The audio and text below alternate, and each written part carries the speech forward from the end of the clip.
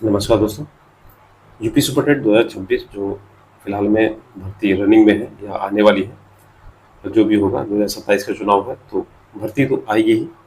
अब देखते हैं कितना आता है। 11,000 इसमें दिया गया है नगर में, जो नगर क्षेत्र में। बाकी ग्रामीण क्षेत्र का इसमें क्या ऐड होता है तो आगे ही बताएंगे। तो मैं बीपीएससी के KI 3 में सेलेक्टेड हूँ। बाकी अगर आप यू बिहार से ही एक टीचर हैं तो आपको काफ़ी समस्याएं होती होंगी। टाइम टेबल नहीं बन पाता है, पढ़ाई नहीं हो पाती, क्योंकि 9:30 बजे का स्कूल है, 4 बजे वापस आना है, तो सुबह खाना बनाना, शाम को खाना बनाना, काफ़ी दिक्कतें होती हैं। इस वजह से टाइम मैनेजमेंट नहीं हो पाता है। तो मैं आपको इसमें पूरी जो स्ट्रेटजी है, किस तरीके से आपको प्रिपरेशन करनी चाहिए, क्या बुक लिस्ट होनी चाहिए, क्या आपको चैनल या कोई भी कोर्स वगैरह लेना है ऑनलाइन, या आपको सेल्फ स्टडी करनी है, मैं आपको सबको बताऊँगा सब कुछ। बाकी अगर आप नए हैं तो चैनल को सब्सक्राइब जरूर कीजिएगा। देखिए इसमें क्या है, पाठ्यक्रम थोड़ा सा देख लेते हैं एक नज़र में। 150 क्वेश्चन होंगे, प्रत्येक एक क्वेश्चन 1 नंबर का होगा। अभी इसमें कोई निगेटिव मार्किंग की बात नहीं की गई है, और सिलेबस भी दोबारा से वही अपलोड किया गया है। तो इसमें देखिए 150 मिनट होंगे, यानी 2.5 घंटे का पेपर होगा। और इसका जो लेवल होगा उसमें लिखा होगा साफ, शैक्षणिक जो विषय हैं आपके वो कक्षा 12 के होंगे, 12 तक का होगा। प्रोफेशनल जो सब्जेक्ट्स हैं वो DLED पाठ्यक्रम के स्तर पर होंगे। तो शैक्षणिक और प्रोफेशनल मैं आपको बताऊंगा इसमें किस तरीके से कैटेगराइज किया गया है, और इसका एक ट्रेंड होता है। अब देखिए आप लैंग्वेज है, 40 अंक का सबसे बड़ा स्कोरिंग सब्जेक्ट है। अगर आप इसे पार कर लेते हैं तो बहुत ही अच्छी बात है, क्योंकि आप इसमें टारगेट बना के चलिए 40 में 35 नंबर लाने ही हैं आपको। और देखिए हिंदी जो है पहला पोर्शन है, 20 नंबर का आता है। इसमें एक आदित्य पब्लिकेशन की बुक आती है, बहुत ही अच्छी बुक है। अगर आपके पास राजपाल यादव जी की बुक है, राजपाल सिंह या यादव नाम का कोई एक बुक है, वो भी अच्छी है। तो ये अभ्यास के लिए सही है, क्योंकि इसमें MCQs दिए होते हैं। बाकी कॉन्सेप्ट अगर बिल्ड करना है तो ल्यूसेंट की हिंदी बुक आती है कॉन्सेप्ट के लिए। बाकी SCRT के लिए आप बेसिक जो है आप मजबूत कर सकते हैं, जिसमें गद्यांश पद्यांश काफ़ी अच्छा दिया होता है SCRT की बुक्स में। तो वो भी आप ले सकते हैं। अगर आपके पास, आप अगर स्कूल में पढ़ाते हैं तो बुक्स लेके बच्चों से उसे भी पढ़ सकते हैं। नेक्स्ट है आपका संस्कृत। संस्कृत 10 अंक का आता है। इसमें एक बुक है, संस्कृत गंगा नाम का एक चैनल है यूट्यूब पे, सर्वज्ञ भूषण जी की बुक है, काफ़ी रामबाण बुक है और सभी के लिए अच्छी है संस्कृत की। तो आप वो ले सकते हैं, और उसमें भी मैं आपको दिखाऊंगा कि बुक कैसी है। और SCRT 6 से 12 तक की है, जिसमें गद्यांश और पद्यांश का अभ्यास दिया होता है। संस्कृत की जो बुक आती है इसमें व्याकरण के सूत्रों पर विशेष ध्यान देना होता है। ठीक है, कुछ सूत्र होते हैं तो उन्हें, जैसे कर्ण से क्या बोला जाता है, तालु से क्या बोला जाता है, इस तरीके से सूत्र होते हैं, तो सूत्र आते हैं इसमें। ये देखिए आपके आदित्य पब्लिकेशन की बुक है, वस्टर्न से, यानी MCQs टाइप की है, सामान्य हिंदी। और इसमें आपके हर एक एग्जाम को कवर किया गया, कोई भी ऐसा एग्जाम नहीं जो आपके यूपी में ना हो, सभी इसमें कवर किए गए। और ये आपका है डिविजन हिंदी, अगर आपको कॉन्सेप्ट भी करना है। बाकी आप यूपी टेट दे चुके हैं तो आपने कॉन्सेप्ट अच्छा हो गया होगा, बस आपको प्रैक्टिस की जरूरत है। नेक्स्ट देखिए, ये है आपका संस्कृत गंगा की बुक, यूपी टेट, और इसमें सुपर टेट लिखा होगा। एक बुक आती है केवल यूपी टेट की, और अभी ये जो लॉन्च की गई है, ये प्राथमिक उत्तर प्राथमिक जो आपका 6 to 8 और 1 to 5 दोनों के लिए है। तो ये बेस्ट बुक है, ले लीजिएगा इसको। नेक्स्ट है आपका इंग्लिश ग्रामर। तो ल्यूसेंट की लीजिएगा। इंग्लिश ग्रामर में देखिए आप, अगर साइंस और इंग्लिश की बात की जाए तो 10-10 नंबर का आएगा इसमें। और विज्ञान जो है आपको 6 to 10 की बुक जो आती है, SCRT हो या NCRT की, उसको आपको बेस मानना है। ल्यूसेंट और अहिंद के नोट्स, इसका रिवीजन आप कर सकते हैं। बाकी आप बुक्स से थोड़ा सा पढ़ लीजिएगा। 9-10 जो है, 9-10 बहुत ही जरूरी है। 9-10 में क्या है कि आपका एग्जाम्पलर आती है एक बुक, उसको जरूर पढ़िएगा। ठीक है। नेक्स्ट है आपका इंग्लिश का। तो इंग्लिश का मैंने बताया कि एक ल्यूसेंट की बुक आती है ग्रामर की। बाकी अगर बुक से पढ़ना चाहते हैं तो SCRT की 6 से 12 तक की बुक्स जो है, ग्रामर के टॉपिक्स देखिएगा। और वोकेबलरी बहुत अच्छी होनी चाहिए आपका, synonym, antonym, one word substitution, idiom phrases, ये बहुत पूछता है। 5 नंबर का आपका वोकेबलरी आ जाएगा। और 5 नंबर का आपका एक्टिव पैसिव है, इनडायरेक्ट इनडायरेक्ट है, पार्ट्स ऑफ स्पीच है, या सब्जेक्ट वर्ब एग्रीमेंट है, कुछ भी पूछ सकता है। तो इस तरीके से आप ये 10-10 नंबर का स्कोर कर सकते हैं। NCRT आपका 6 से 10 की, और SCRT में आपका 6 से 12, ये इंग्लिश के लिए और ये साइंस के लिए। तो मैं आपको दिखाता हूँ साइंस की। ये NCRT नोट्स हैं सामान्य विज्ञान के, बहुत ही अच्छे नोट्स हैं। UPPCSC और PSC जो आपका स्टेट की होती है, उन सभी के लिए बहुत ही अच्छी बुक है, देख लीजिएगा। सेक्शन दूसरा जो है, इसमें एनालिटिक्स जो आता है आपका, गणित और पर्यावरण, 30 मार्क्स का है। ये भी आपका एक मील का पत्थर। ठीक है। अगर आपकी मैथ कमजोर है तो मैं आपको सिर्फ एक बुक है जो आपकी शारदा पब्लिकेशन, SD यादव नाम की एक बुक आती है, अभ्यास के लिए बहुत अच्छी है। और इसमें क्या है कि लेवल के हिसाब से चल रहा है, इसमें जो सब्जेक्ट जो टॉपिक दिए जाते हैं वो लेवल के हिसाब से होते हैं, सिंपल से मॉडरेट, सिंपल से सबका चलता है इसमें। तो जिसकी मैथ जो है, हालांकि जो साइंस बैकग्राउंड के होते हैं उनकी मैथ अच्छी होती है, जो आर्ट्स के होते हैं उनकी मैथ थोड़ी सी वीक होती है।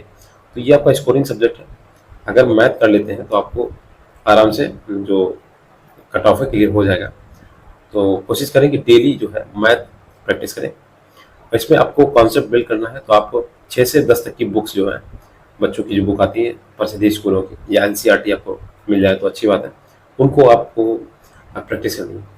अब देखिए ईवीएस में क्या है, एसएसटी जुड़ा हुआ है, ठीक है। तो ईवीएस में 5 नंबर का ईवीएस हो गया, 5 की एसएसटी। इसे परीक्षा वाणी की एक बुक आती है, और परीक्षा वाणी की आती है पर्यावरण एवं पारिस्थितिकी की, तो वो आपको लेनी है। तथ्यों के लिए ये विश्वसनीय है। बाकी इसमें ल्यूसेंट और सीआरटी आप अगर जोड़ेंगे तो भूगोल और भारतीय संविधान के लिए उपयोगी है। इसमें आपका इंडियन पॉलिटी बहुत आता है और ज्योग्राफी आता है, ठीक है। तो आपके पास ल्यूसेंट हो या सीआरटी की बुक्स हो, उससे आप पढ़ सकते हैं।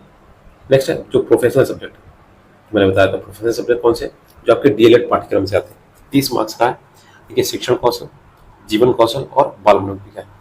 तो देखिए शिक्षण कौशल आपका डीएलएड बुक्स है, और जीवन कौशल ये घटना चक्र और प्रबंधन सामग्री है। बाकी ये भी आपका डीएलएड से ही होता है, ठीक है, घटना चक्र में इतना नहीं दिया होता। जो बाल मनोविज्ञान है ये आपका चाइल्ड साइकोलॉजी क्लास 11 और 12 की एनसीईआरटी, बहुत अच्छी बुक है। एनसीईआरटी अगर पढ़ सकते हैं आप पढ़ लीजिएगा, नहीं तो आप डीएलएड की बुक्स पढ़िए केवल, जो भी 4 सेमेस्टर में बाल मनोविज्ञान की बुक है उन्हें पढ़ लीजिए, उतना काफ़ी है आपके लिए, क्योंकि आपने यूपी टेट में पढ़ाई है, ठीक है। और थोड़ा सा कॉन्सेप्ट बिल्ड हो जाएगा इसमें, और प्रैक्टिस बहुत ज़रूरी है बाल मनोविज्ञान की। अब देखिए ये आपका अंकगणित है, जो मैंने अभी बताया था, ये एस डी यादव की शारदा पब्लिकेशन की है, बहुत ही अच्छी बुक है, इसे जरूर लीजिएगा। ये आपका पर्यावरण पारिस्थितिकी जो मैंने अभी बताया था, ये एनसीईआरटी बेस्ड है, और सिविल सर्विसेज और जो आपकी यूपी में जितनी परीक्षा होती है सबको इसमें कवर किया गया। नेक्स्ट आपका देखिए ये जो है करंट अफेयर, मैं आपको दिखाता हूँ। करंट अफेयर 30 मार्क्स का है, और सबसे ज़्यादा इसका भी वेटेज है। देखिए घटनासार एक बुक आती है, घटनासार की 1 साल का करंट अफेयर पढ़ लीजिए।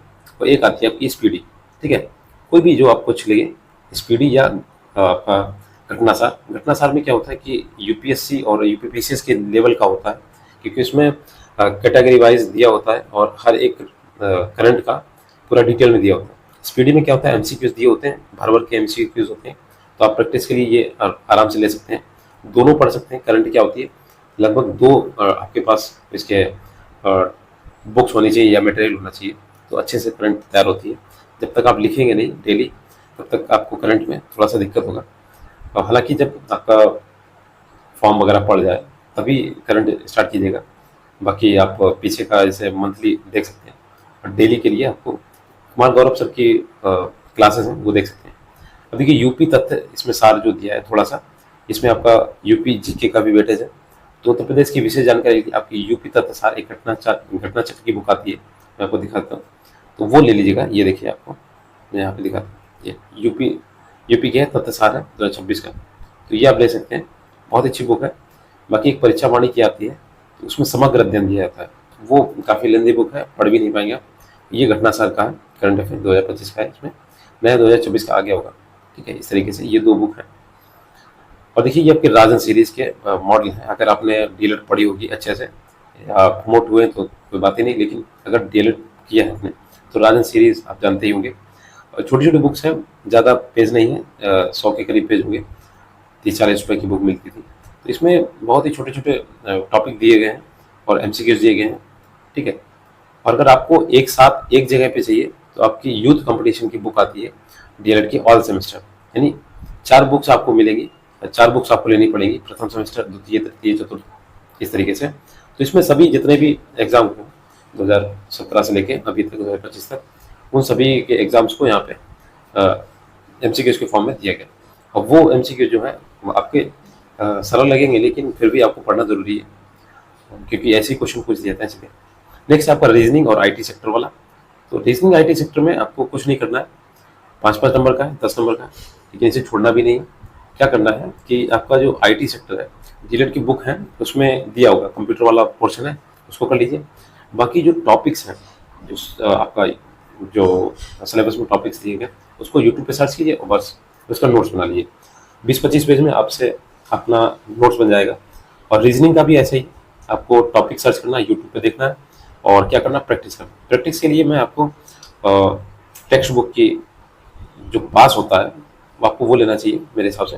टेक्स्ट बुक का पास आता है ईयरली वाला, ठीक है, तो वो ले लीजिएगा। 450-500 मिल जाएगा आराम से, पूरे साल आपका चलेगा। हालांकि इसी साल हो जाए तो अच्छी बात है। और इसमें पीवाईक्यू जितना भी हो आप हल कीजिएगा, मतलब पीवाईक्यू से यही मतलब है। हालांकि 18-19 में हुआ था पेपर, तो उसका पीवाईक्यू का कोई मतलब नहीं होता। जो भी यूपी टेट हुआ है, ये नया जो शिक्षा चयन आयोग है, इसी ने कंडक्ट कराया है। तो आप इसके ट्रेंड को समझिए, किस तरीके से क्वेश्चन पूछता है उसको देखिए। सीटेट जो आपने जितने भी सीटेट हुए हैं, यूपी टेट हुआ है, प्रीवियस क्वेश्चन खूब लगाइए, क्योंकि उसी से मिलता जुलता है। और इस तरीके से आप डीएलएड जो है सिलेबस, इसको शिक्षण और बाल विकास के लिए इसे बाइबल मानिए। इतना भी आपका पोर्शन 30 नंबर का है, बाल विकास, शिक्षण विधियाँ और जीवन कौशल, ये सभी के लिए डीएलएड बहुत ही अच्छा पाठ्यक्रम है, उसको जरूर पढ़िएगा। पीवाईक्यू करिए।